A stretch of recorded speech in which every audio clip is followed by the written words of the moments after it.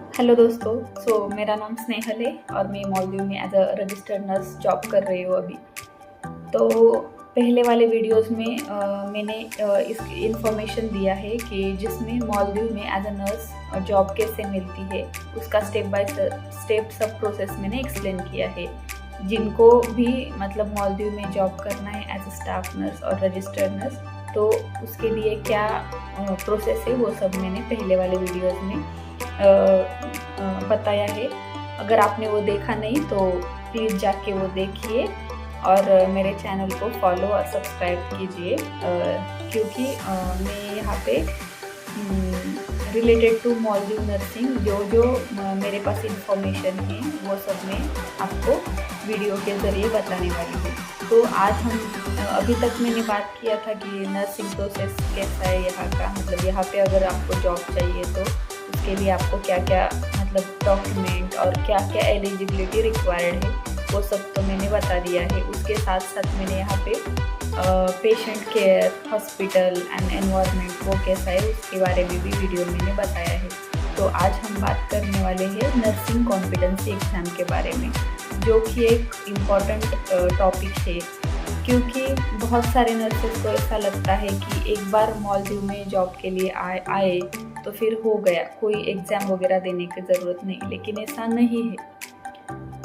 आपको जब आप यहाँ पे आते हो तो 6 मंथ के लिए एक प्रोविजनल रजिस्ट्रेशन दिया जाता है, लेकिन 6 मंथ के अंदर आपका काम है ये एग्ज़ाम, नर्सिंग कॉम्पिटेंसी एग्ज़ाम, ये पास करके परमानेंट रजिस्ट्रेशन लेने का। परमानेंट रजिस्ट्रेशन मीन्स वो 2 साल के लिए रजिस्ट्रेशन रहेगा आपके पास, मतलब नर्सिंग लाइसेंस। और प्रोविजनल ये 6 मंथ का होता है।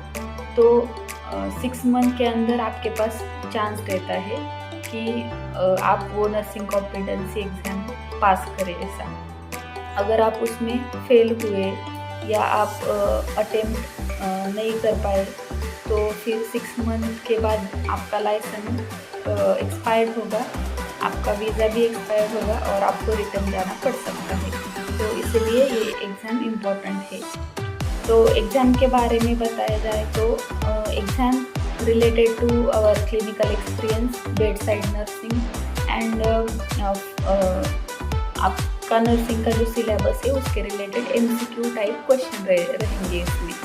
तो उसका जो मटेरियल वगैरह सब है, तो जिसको मीन्स जो ऑलरेडी मालदीव में है और जो आना चाहते हैं, अगर आपको मटेरियल वगैरह एग्ज़ाम का चाहिए तो वो मेरे पास है। आप कमेंट करो और इंस्टा पे मैं इंस्टा ID डिस्क्रिप्शन में डालने वाली हूँ। आपको कोई भी डाउट है तो आप इंस्टा पे भी मुझे DM करके पूछ सकते हो, मैं बताऊँगी। इसके साथ साथ तो 6 मंथ का आपके पास प्रोविजनल रजिस्ट्रेशन होगा।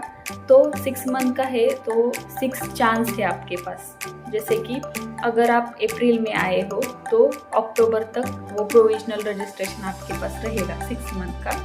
तो वो 6 मंथ के अंदर आपके पास अप्रैल से लेके अक्टूबर तक ऐसे 6 मंथ का आपके पास वो प्रोविजनल पीरियड में 6 चांस रहेंगे, क्योंकि कॉम्पिटेंसी एग्ज़ाम हर मंथ में एक बार होता है।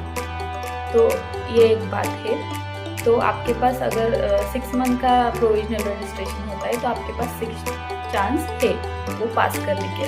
कुछ मीन्स फर्स्ट अटेम्प्ट में नहीं हुआ तो सेकेंड है, थर्ड, तो ऐसे टिल प्रोविजनल रजिस्ट्रेशन एक्सपायर होने तक होता है। तो कॉम्पिटेंसी एग्ज़ाम में तो सब MCQ टाइप क्वेश्चन आएंगे। उसमें आपका एग्ज़ाम जो है वो 2 आवर्स का ड्यूरेशन रहता है। तो 2 आवर्स में आपको 100 MCQ सॉल्व करने पड़ते हैं। तो उसका पासिंग क्राइटेरिया देखा जाए तो उसमें आपको आउट ऑफ 100 60% आपको मार्क लगेंगे। मीन्स अगर आपको 100 मार्क का पेपर मतलब वो एग्ज़ाम है MCQ, 100 में से आपको 60 मार्क आना चाहिए। अगर आपको 60 और उसके अबाव आए तो आप पास हुए हैं, ऐसा वो रिजल्ट आएगा।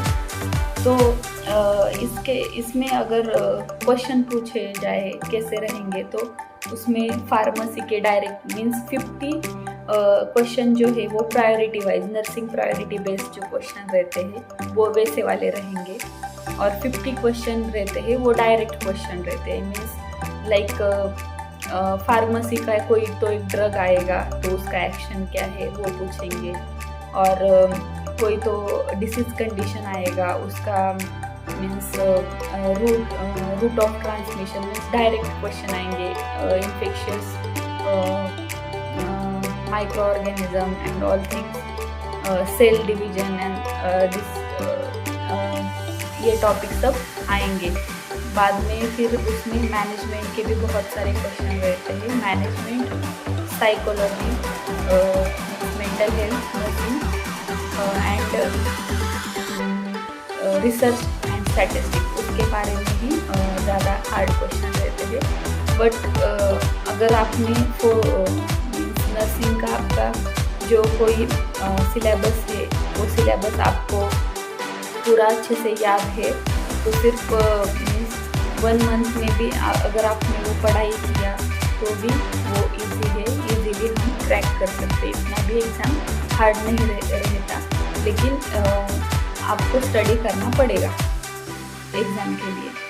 उसके साथ साथ OBGY मीन्स गायनेकोलॉजी और ऑब्स्टेटिक्स, उसके रिलेटेड क्वेश्चन रहेंगे, और रिलेटेड टू नर्सिंग फाउंडेशन के बहुत सारे क्वेश्चन रहते हैं जिसमें कंडीशन दिया जाएगा, उसमें प्रायोरिटी नर्सिंग डायग्नोसिस क्या है, और इनिशियल नर्सिंग असेसमेंट और इनिशियल नर्सिंग स्टेप क्या रहेगा, वो सब आपको उसमें दिया जाता है। तो उसमें आपको डिसाइड करना है कि इसमें से प्रायोरिटी कौन से इसको देना है, उसके हिसाब से आपको ऑप्शन चूज़ करना पड़ेगा।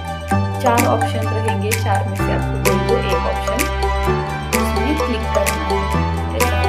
और उसमें 2 आवर्स का ही एग्ज़ाम है, और प्रायर आपको एग्ज़ाम 10 to 20 डेज प्रायर आपको एग्ज़ाम करना होता है, और एग्ज़ाम डे के 2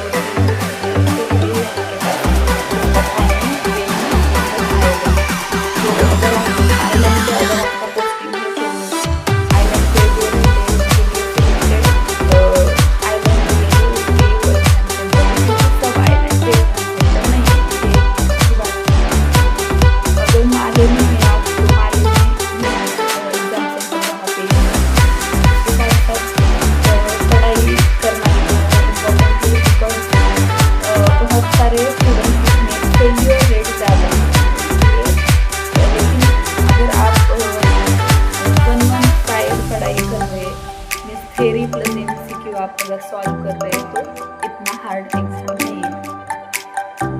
ये बात बतानी थी कि ये एक एग्ज़ाम रहता है nursing competency exam for Maldives.